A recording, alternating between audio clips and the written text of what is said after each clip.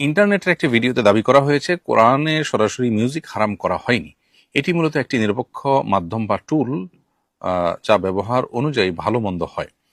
এবং দাউদ আলাহিসাল্লামের সুরের মূর্ছনা ও মহাবিশ্বের ফ্রিকোয়েন্সির যুক্তি দিয়ে মিউজিককে হারাম নয় বলে দাবি করার চেষ্টা করা হয়েছে। আমি বিষয়টা নিয়ে দ্বিধান্বিত হয়ে পড়েছি। কোরআন সুন্নাহর আলোকে বাদ্যযন্ত্র সম্পর্কে জানতে চাই।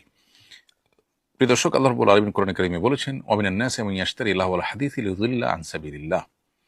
মক্কায় কিছু মানুষ আল্লাহর পথ থেকে মানুষকে বিচ্যুত করবার জন্য তারা লাহওয়াল হাদিস ক্রয় করে।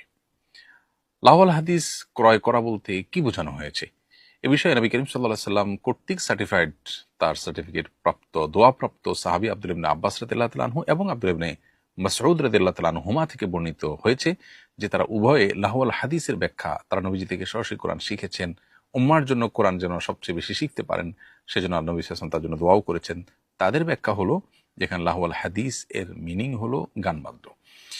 তো এখান থেকে বোঝা গেল যে গান বাদ্য সম্পর্কে ইসলামের দৃষ্টিভঙ্গিটা কি। আল্লাহ তাআলা সেটাকে সমালোচনা করেছেন যে আল্লাহর জিকির থেকে গাফিল করার জন্য টুল হিসাবে কিছু মানুষ এটা নিয়ে কাজ করে। গায়কদের ভাড়া করে আনতো তখন, যাতে মানুষ কোরআন তেলাওয়াত না শুনে, গায়িকাদেরকে ভাড়া করে আনতো যাতে করে কোরআন না শুনে ওই গান বাজনে মানুষ মজে থাকে। তাহলে এটা আল্লাহর জিকির থেকে গাফিল করবার একটা মাধ্যম এবং টুল। আজও যারা দেখা যায় যে এগুলোর সাথে অনেক বেশি ইনভলভ হয়ে যায়, তারা আল্লাহর জিকির, আল্লাহর পরিপূর্ণ আনুগত্য এগুলা সেভাবে তারা আসলে করে উঠতে পারে না। এটা হলো বাস্তবতা। আবু মালিক আল-আশআরী রাদিয়াল্লাহু তাআলা থেকে বর্ণিত সহিহ বুখারীতে তালিক সূত্রে একটা হাদিস, যেটা তিনি দৃঢ়তার সাথে উল্লেখ করেছেন। সেই হাদিসটিতে নবী সাল্লাল্লাহু আলাইহি ওয়াসাল্লাম বলেছেন, লা ইয়াকুনান্না মিন উম্মতি আকওয়ামুন ইস্তাহিল্লুনা আল-হিররা ওয়াল হারিরা ওয়াল খামরা ওয়াল মাআজিফ।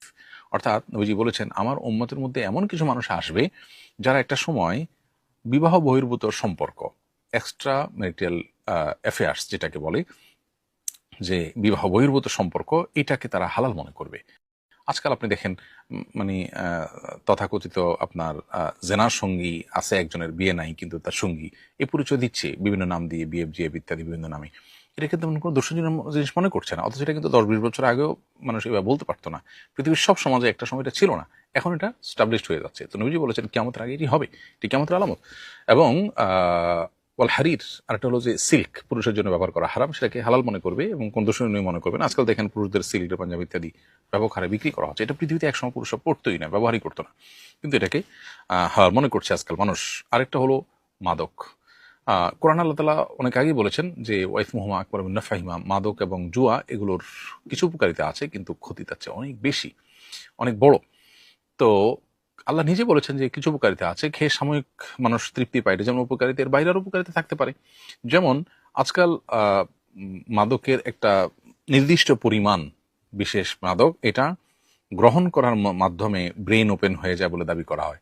অনেক তরুণরা এই পথে পা পড়াচ্ছে এবং বলা হচ্ছে যে এই মাত্রা নিলে খুব বেশি ক্ষতিকর কিছু হবে না। এসেই আপনার তথাকথিত ব্রেন ওপেন হওয়ার কিছু চমক আপনি হয়তো দেখতে পাবেন, কারণ কোরআনে আল্লাহ তাআলা বলেছেন যে মাদক এবং জুয়া এগুলোর মধ্যে উপকারিতা আছে কিন্তু ক্ষতি তার চাইতে বেশি এবং বড়। যে উপকারিতা আপনার সাময়িক আনন্দের মাধ্যমে হয়, তথাকথিত ব্রেন ওপেন হওয়ার কাজটা যদি হয়ও, এরপরেও আপনার জীবনকে ধ্বংসের দিকে নিয়ে যাবে এই মাদক। সেটা আল্লাহ তাআলা কোরআনে ঘোষণা দিয়েছেন দুনিয়াতে এবং আখিরাতে। তো সেটাকে আজকাল দেখেন এই যে তথাকথিত উপকারিতার নাম দিয়ে তরুণদের মধ্যে, একটা সমাজের শ্রেণী মানুষের মধ্যে, এটাকে যারা মুসলমানের সন্তান, যারা এটা এমনিতে পান করে না, তাদেরকে বলা হচ্ছে যে একটা নির্দিষ্ট পরিমাণ নেওয়া যায়, হানতান ইত্যাদি করে তাদের মধ্যে এটা করা হচ্ছে। তো নবীজি বলেছেন এটা হবে, একটা সময় আসবে মানুষ এটাকে বৈধ মনে করবে। আর সর্বশেষ হলো মাহাজিব বা বাদ্যযন্ত্র। নবীজি বলেছেন যে এটাকে মানুষ একটা সময় হালাল মনে করবে, অথচ এটা হালাল না। এখান থেকে বোঝা যায় পরিষ্কারভাবে যে বাদ্যযন্ত্র এটা যদি ব্যবহার হয়, প্রয়োগ হয়, সেটা কোনো গানে হোক, ওয়াজে হোক কিংবা কোরআন তেলাওয়াতে হোক, সেটা হারাম হয়ে যায় এটার ব্যবহার করাটা। আরেকটি হাদিস আব্দুল্লাহ ইবনে আব্বাস রাদিয়াল্লাহু তাআলা আনহু থেকে বর্ণিত যে নবী করিম সাল্লাল্লাহু আলাইহি ওয়াসাল্লাম বলেছেন, ইন্নাল্লাহ হারামা আলাইয়া আও হাররামা আল খামরা ওয়াল মাইসির ওয়াল কুবা। হাদিসটি সহিহ সুনান আবু দাউদে বর্ণিত হয়েছে এবং হাদিসের অর্থ হলো নবী সাল্লাল্লাহু আলাইহি ওয়াসাল্লাম বলেছেন, আমার উপরে হারাম করা হয়েছে মাদক, জুয়া এবং কুবা। কুবা এর মানে হলো তবলা। তো এরকম আরো বিভিন্ন হাদিস পাওয়া যায়, যে হাদিসগুলো থেকে পরিষ্কারভাবে বোঝা যায় যে আপনার বাদ্যযন্ত্র, গান বাদ্য এগুলোকে ইসলাম পরিষ্কারভাবে হারাম করেছে। এই জন্য পৃথিবীতে এমন আলেম উল্লেখযোগ্য আপনি পাবেন না যে আলেম এ ব্যাপারে কোনো ভিন্ন মত পোষণ করেন। দাউদ আলাইহিস সালামের সুরের যে ব্যাপারটা, সেটা তুলে এনে মিউজিক বৈধ হওয়ার দলিল দেওয়া, এটা খুবই দুর্ভাগ্যজনক একটা বাস্তবতা এবং এ বিষয়ে অজ্ঞানতা ছাড়া কিছুই নয়। আল্লাহ রাব্বুল আলামিন তাকে সুন্দর কণ্ঠস্বর দিয়েছিলেন, তিনি সেই কণ্ঠস্বর দিয়ে তেলাওয়াত করতেন। তো কোরআনে কারিমও তো সুন্দর কণ্ঠে তেলাওয়াত করার জন্য নবী সাল্লাল্লাহু আলাইহি ওয়াসাল্লাম বলেছেন এবং নির্দেশনা দিয়েছেন যে কোরআন যেন আমরা সুন্দর কণ্ঠে পড়ি। জাইনাল কোরআন বিআসওয়াতিকুম, তোমাদের সুন্দর কণ্ঠ দিয়ে কোরআনকে সুশোভিত করা হয়েছে। তো ঠিক আছে, সুন্দর কণ্ঠ দিয়ে খালি গলা যদি কেউ ভালো কথা আছে এমন কোনো গান গায় খালি গলায়, তো সেটাও তো নিষেধ না।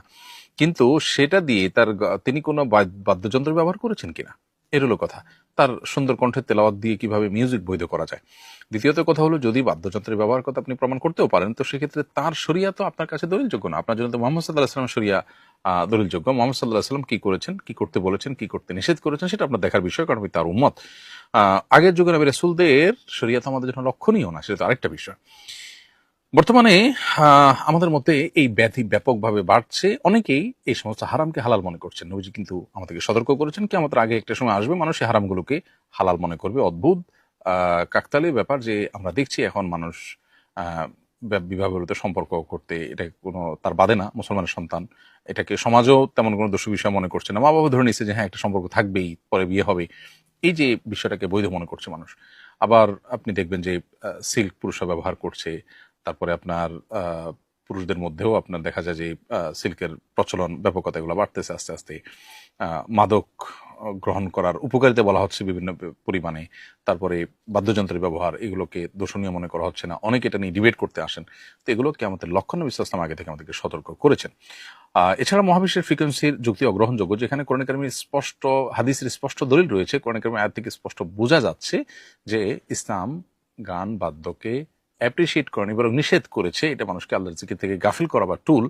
সেখানে বিভিন্ন রকমের যুক্তি, মানে কোরআন হাদিসের স্পষ্ট বর্ণনা থাকার পর তার বিপরীতে বিভিন্ন যুক্তি দেওয়া, এটা একজন মুসলমানের কাছে কখনো গ্রহণযোগ্য হতে পারে না।